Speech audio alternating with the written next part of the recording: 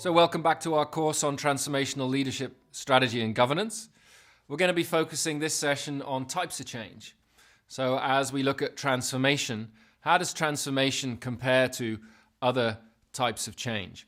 People are often talking about change, we need to change this, we need to change that. But what do we really mean by change? There are many different kinds of change that we could be working with depending on what's needed. So here is a simple model of 3 different types of change based on the task and the context at hand. So the simplest is you got to bake a cake. There's a set of instructions. You follow the instructions and you get your cake. And generally it looks okay, unless you happen to be me, in which case you get quite a diversity of cakes coming out the other end, but you get the idea.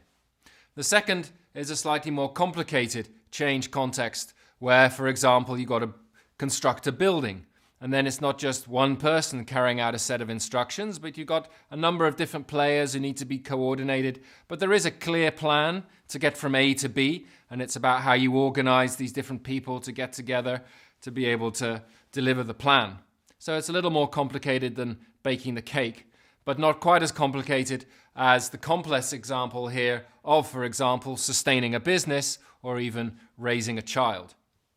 And the qualities of this kind of change context, which is what we're talking about more for transformation, is that there's an inherent variety in this context. You're never quite sure what's going to work when or what's going to come your way. It's full of surprises. It's not predictable. You can't plan your way from A to B because things are changing very quickly. It's a dynamic environment that's always shifting and moving.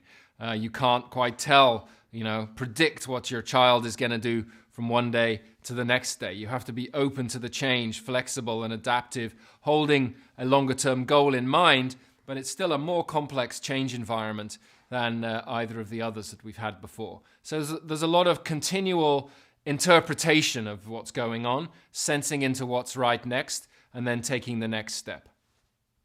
So those are 3 simple ways of looking at different kinds of change. We're now going to look at a little more detailed understanding of different variations or kinds of change. So the CV here in this slide refers to change variation. This comes from the spiral dynamics model that you may have read by now, and where we've already talked about the different value systems, those different colors from beige to purple to red through to turquoise. We've talked about different stages of development, which comes from the spiral dynamics model, but we haven't yet really talked about the dynamic of change that flows through this process of development. And this picture of different kinds of change, the change variations, is one part of the model in that concept. So here you can see 3 groupings. The CV1, 2, and 3 below the line are kind of change that's really about upgrading or improving the current situation. The next 2, 4, and 5 are where you're moving into a more transformational, looking for more information, but not yet taking the step. And the 3 top ones from 6, 7, and 8 are really the transformational change. So fine-tuning at CV1 is really about small adjustments to make things a little bit better. So we're kind of continuing the basic way of doing things, but we're just improving it a little bit. CV2 in reform keeps the basic elements the same, but maybe rearranges them a bit to meet the same objectives. So when people talk about rearranging the chairs on the deck of the Titanic as the Titanic's going down, you could call that reform, and you could note that it's a radically inadequate variation of change for what's actually going on. CV3, the upgrade, is where you've got a basic system and then you kind of upgrade it to the next level. So you've got your operating system remains the same, but you move it up to a next level. The foundation remains constant, but it has some quite significant changes to the surface of it. So those are different intensities, you could say, of a kind of change that's still working within the boundaries of the current system. So, looking at the S-curves, we're still on the same S-curve, but we're improving. We're not shifting to a completely different S-curve. What CV4 and 5 do do is they really prepare for the transformational stage. So the downstretch at CV4 is where you go back to look at some of the pathway that you've been on and some of the problems that you've had in the past, and you look to heal or to repair some things that went on before that are necessary to create the strong foundation for you to be able to jump off. So often in earlier transitions, as we move from one stage to another, we, in the kind of chaos of the change, we create some problems along the way, or we hurt people, or we lose something of value from the past that's important to keep with us. So really what CV4 does is it goes back to remind ourselves of the key elements of the past that are important to take with us as we move into the future.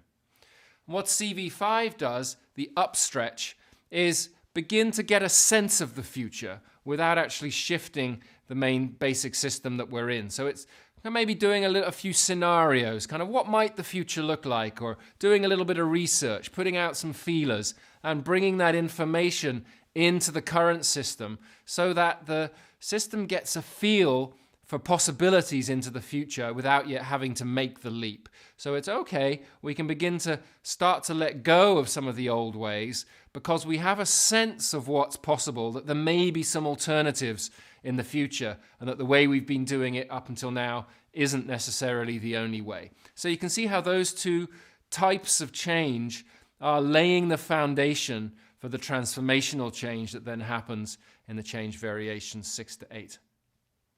So change variation 6 is quite a specific kind of change that you see, and it's when a system, organization, community, society has been blocked for a while, has been stuck in old ways, and for whatever reason can't seem to find its way out, and the pressure builds and builds, and the frustration and the anger builds because you know that the old ways aren't working, but you can't seem to find a way forward.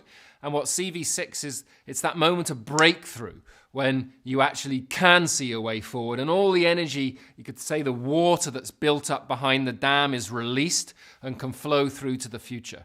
So it's a very powerful change type that you have to be very careful around as well, because in CV6, in that breakout moment, it's almost revolutionary. It feels revolutionary. And the danger at that point is that you're so frustrated with the old system that as you move into the future, you turn around and you cut off the head of the old order, which means that you're not honoring the path that you've walked. You don't take the best of the old forward, but you repress the very path that you've walked to get into the future, fueled by the anger and frustration at how that old system has held you back.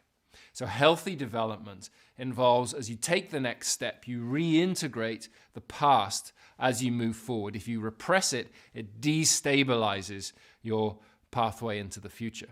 So there's a risk of that at CV6. It's a very powerful kind of change that can be very transformative, but due to its volatility, can also be very dangerous. CV7 is a more natural upshift to a next stage. So as we looked at in that early slide of Ervin Laszlo's, with the steps into different levels of civilization and all the experimentation that goes on, this describes that shift. So it's definitely a shift from one S-curve into the next one, but it's a kind of change that happens more naturally, where the change conditions are in place. There hasn't had to be a big struggle about it, and the system more naturally moves to that next stage. CV8, quantum change, really describes what happens when the upshift kind of change goes on at every level of the system, where every single component seems to be needing to change. And you could say that that's what's going on the planet at the moment. We're not just needing to fix the energy system. We're not just needing to fix only the economic system. We're not just needing to fix education or healthcare. All of them are happening at the same time. And that confluence of forces, as we saw in that earlier slide, where suddenly all these forces start going vertical up the axis, having been horizontal for a while, when all of those converge together, that's quantum change. And that requires quite a specific style of leadership and organization that's very different to the approach that we take in some of those earlier change variations where you're basically maintaining stability, but just improving little pieces here and there. So what we're going to look at in the next session is zooming in on particularly that transformational CV7 and 8 kinds of change, the emergence up to a new level. What does that really look like? What's that dynamic about? How can we understand it better so that that can inform our leadership and our governance and our strategy as we enter that kind of change in society at this time?